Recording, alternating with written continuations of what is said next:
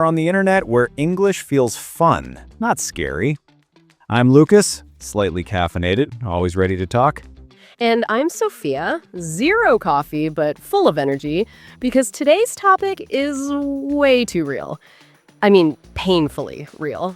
Oh yeah, today we're talking about that one English problem almost everyone complains about, but nobody wants to admit.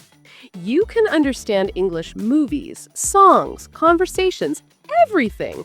But when it's your turn to speak, boom, brain shuts down. Silent mode activated. Vocabulary disappears. Words run away, hide behind the sofa. And you stand there like, yeah. Don't worry, we're not here to judge. Lucas does it every time he orders food. Hey, don't expose me like that on air. I'm sensitive. Good. Sensitive looks good on you. Okay, let's start because this topic has like 1,000 angles. You know what's crazy? People understand English perfectly. Like, they watch Friends, laugh at every joke. They even know Chandler sarcasm. Exactly. But then someone asks, how was your weekend? And suddenly, blank screen. Like the brain is buffering at 144p. Oh my God, yes. The little loading wheel spinning forever. But honestly, this happens because your brain is faster at understanding than producing. It's normal. And also because when you're listening, there's no pressure. It's passive. But when you speak, oh, it's showtime. Spotlight, audience, drama. Suddenly, your brain starts acting like a shy actor who forgot his lines. Let's talk about the biggest villain. Fear. Fear of judgment. Fear of sounding stupid. Fear of saying something wrong. Fear that people will laugh. Fear that people will correct you like a strict English teacher. And sometimes they actually do. You say, I go to the market, and they're like, it's went. Bro, relax. He's trying. Exactly. Calm down, grammar police. But this fear blocks your mouth. Literally blocks it. Like someone pressed mute. Lucas, what's your most embarrassing English moment? Oh no, you're really doing this on camera. Absolutely. Fine, okay. I once told a waitress, "Hi, can I chicken your order?" Wait, what? I know, I mixed up check your order with chicken. She looked at me like I was offering poultry therapy. Chicken your order, that's legendary. I love it. I literally wanted to disappear, just dissolve into the chair. But see, moments like this stay in your head and make you scared to speak again. True. After that, I avoided restaurants for like 2 weeks. Okay, next problem. People translate in their head first. Oh yeah, they think in their native language, then they translate, then they speak. And by the time they finish translating, the conversation has moved on. Like you're answering a question from 5 minutes ago. Someone asks, do you like pizza? And you respond, yes. Yesterday, I going. Conversation gone, opportunity gone, ego gone. And the worst thing, your brain gets tired from too much translation. People usually know more words than they think.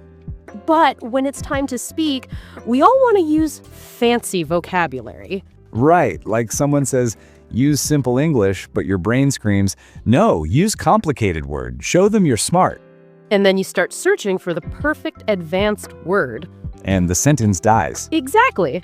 You're like, I am, what is that word? The one with P or maybe C? Meanwhile, the other person is waiting like they're watching a loading bar. Let's talk about emotional pressure. Big one. Like when you're speaking with someone cool or attractive. Or someone important. Boss, teacher, someone you respect. Suddenly, English becomes a mathematics exam. You feel like you must speak perfectly. No mistakes allowed. But that's impossible. Even native speakers make mistakes. Exactly. You ever hear Lucas before 9 a.m.? It's like speaking to scrambled eggs. Hey, I'm perfectly fluent, just sleepy fluent. Okay, another problem. People think they speak too slow. And they compare themselves with native speakers who speak at 300 kilometers an hour. Yes, or with TV shows that have written scripts. Like, of course the characters sound perfect, someone wrote their lines. Imagine if every time we talked, someone handed us a script. Honestly, that would make my life easier. But in real conversation, speed is not important. Clarity is. Okay, Lucas, let's do a little role play. Here we go. I'm nervous already. I'll be the shopkeeper. You walk in and ask for a phone charger. Easy. I got this.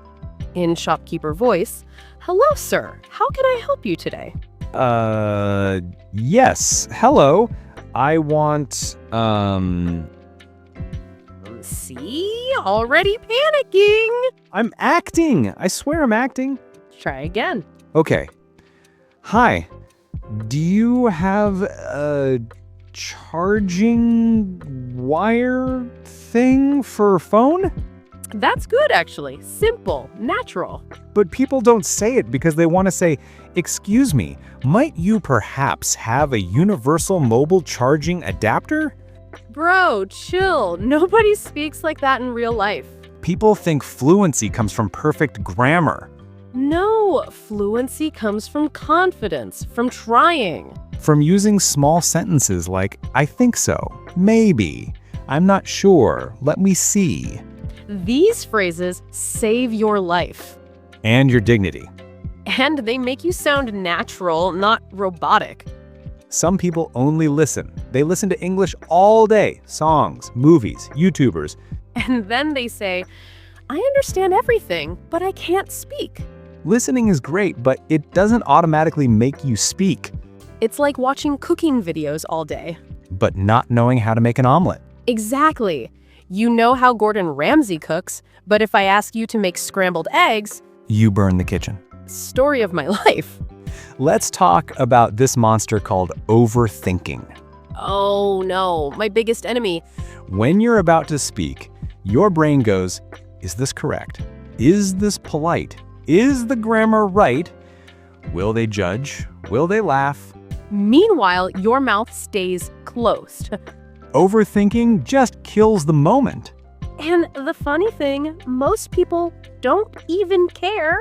They're not judging you. Exactly. People are busy with their own lives. Let's do a what if. Oh, yay. I love these. What if English speaking was like a video game? You speak a sentence, you get points. You try a new word, bonus points. You make a mistake, no problem. You respawn. And if you speak confidently, you unlock a new level. Honestly, more people would speak English if it worked like that. Achievement unlocked. Said hello to stranger. Last one, rude people. Ah, yes, the people who roll their eyes when you make a small mistake. Or finish your sentence without asking. Or laugh at your accent. Those people are the reason many learners stay quiet. But they don't matter. Seriously, they don't pay your bills. Exactly. You're learning a whole new language. That's powerful. And brave. Let's talk about a fear that many learners experience. Being the silent listener in a group. Oh, yeah. You sit with friends, they switch to English, everyone's talking fast. You understand everything perfectly, Everything. but you stay quiet because you don't know how to jump in. You rehearse a sentence in your head like 20 times. And right when you finally get the courage to say it, Topic changes. and your sentence dies before it's born. RIP sentence. Gone too soon. This happens because people think they need the perfect moment to speak. But in real conversations, there is no perfect moment. You just jump in anywhere. Even with something simple like, "Yeah, I think so too," or "That's funny." Anything counts. Because conversation is like a moving train. You just hop on. All right, let's talk about accents because people worry way too much. Some learners think, my accent is not American, so I shouldn't speak.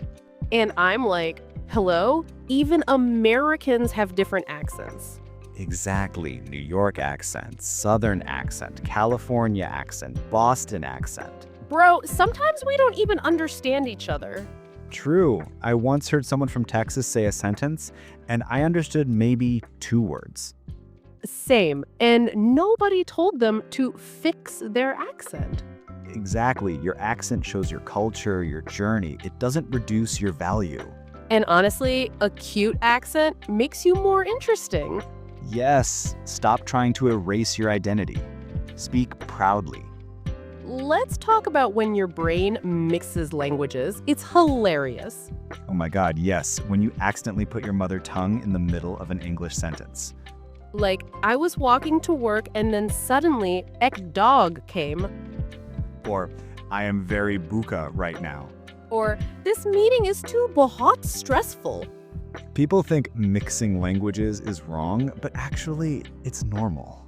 Everyone does it when learning. And sometimes it's funny in the cutest way. Yeah, don't worry if your brain mixes things. It's trying its best. Grammar fear is so real. People overthink every tiny rule. Yes, like they stop themselves mid-sentence because they're scared of saying the wrong tense. Someone tries to say, I ate breakfast, but their brain goes, Is it ate, eaten, eating? Should I say I have eaten, or I had eaten, or I was eating? and by the time they decide, breakfast is now lunch. Seriously, grammar is important, but not more than communication. Exactly. Real people care about your message, not your perfect structure. This one is classic. You know the answer. You practiced it. You're ready. But the moment someone asks you, poof, mind empty.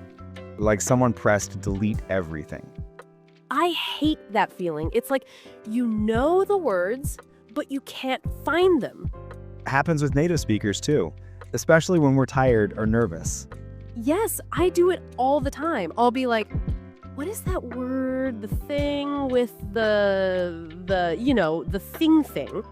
Super descriptive, Sophia. Very helpful. Thank you. Some people try so hard to sound perfect that they end up sounding unnatural. Like a robot reading Shakespeare. Or someone trying to impress their English teacher from 2005. They start using words even native speakers don't use. Exactly. Like someone says, I am endeavoring to ascertain the precise location of the lavatory facilities. Bro, just say, where's the bathroom? Fluency is not fancy words. Fluency is comfort. Let's do another role play. This time, airport. Okay, I'll be the nervous traveler. And I'll be the airport staff. In staff voice. Good afternoon, sir. May I see your passport? Yes, here is passport of me. I mean, mine. This is me, my passport. That's so cute. Okay, next. Do you have any luggage to check in? Yes, I have one big suitcase thing. Heavy, but not too heavy. Maybe heavy. You'd be surprised. This is exactly how many learners talk. And it's totally fine. You're still communicating. Exactly. No need to panic over small mistakes. Native speakers use fillers all the time. Oh yeah, words like, you know, well, so, actually, basically. And these fillers help your brain think while your mouth keeps moving.